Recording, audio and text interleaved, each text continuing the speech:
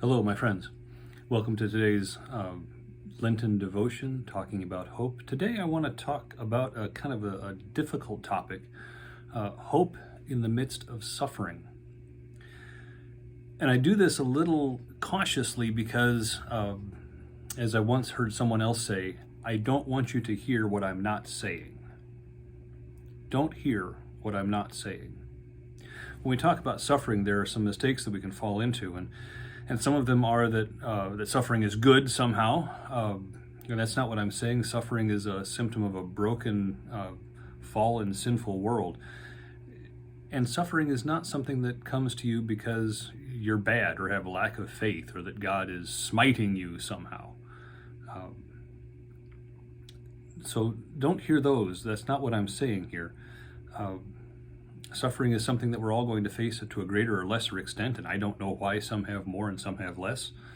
And it's, I think, pointless trying to figure that out. But whatever suffering we have, whatever form that takes in our lives, Easter brings us hope, despite whatever that is. So let's talk about how that might be true. There are two or three things that come to mind, and this is not by any means a comprehensive thing, but Paul has a lot to say about this topic in his letters and in 2 Corinthians. I'm going to quote a couple verses from there especially. One thing that comes to mind, right in the beginning of 2 Corinthians chapter 1, Paul says, "We don't want you to be unaware, brothers and sisters, of the affliction that we experienced, for we were so utterly unbearably crushed that we despaired even of life itself. Indeed, we felt that we had received the sentence of death, so that we would not rely on ourselves, but on God, who raises the dead." Paul connects the hope that he has in the midst of suffering to Easter, to the God who raises the dead. And he makes the point that suffering helped them to focus more on their reliance on God. Nothing points out our helplessness, our dependency, better than suffering over which we have no control.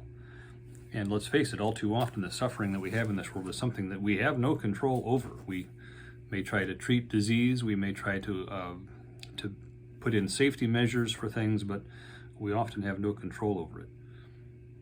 But it does remind us when we're faced with something over which we have no control that we are completely dependent on our God, that our life and our eternal life doesn't depend on our action. We didn't decide to be born any more than decide to take eternal life. They were both a gift to us. Our gift of life was a gift, our gift of eternal life was a gift. Suffering reminds us that we're dependent on that and that we receive these things as a gift, not because of things that we have control over, but simply because God, even in the midst of death, brings life. God raises the dead at Easter. Paul later in 2 Corinthians makes another point, and this is, he uses a turn of phrase that may strike you as a little difficult. In 2 Corinthians chapter 4, let's see, let me find the verse.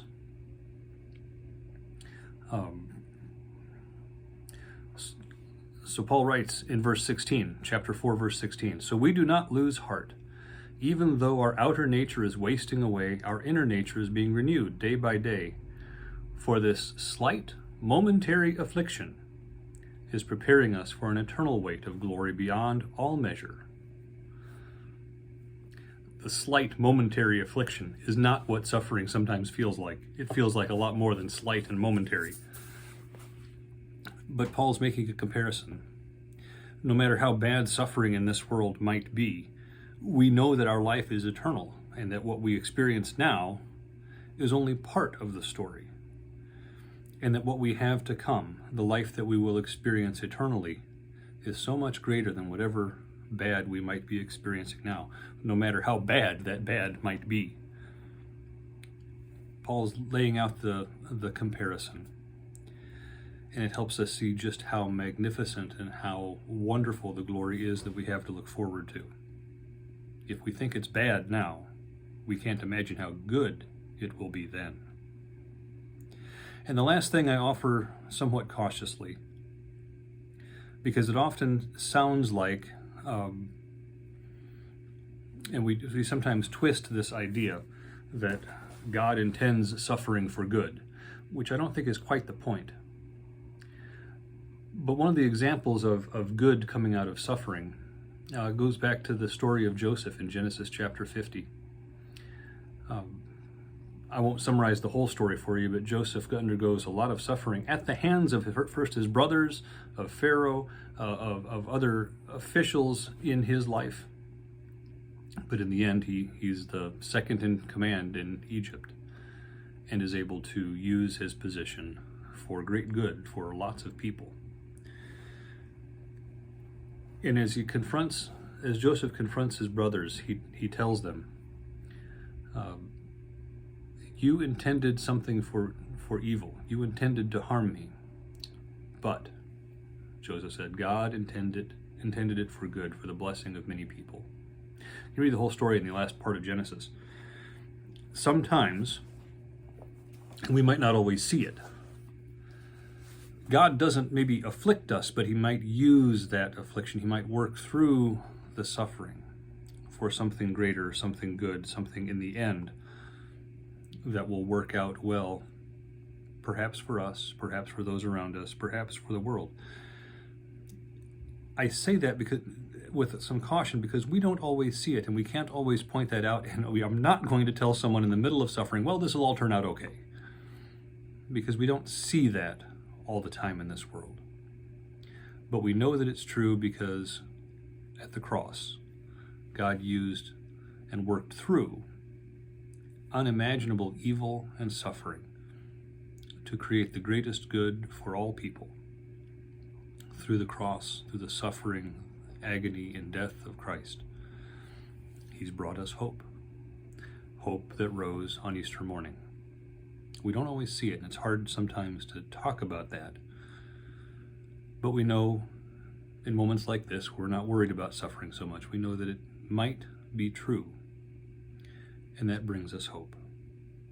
Suffering is a very difficult topic, but we know because of Easter, because of the resurrection, we have hope no matter what is going on.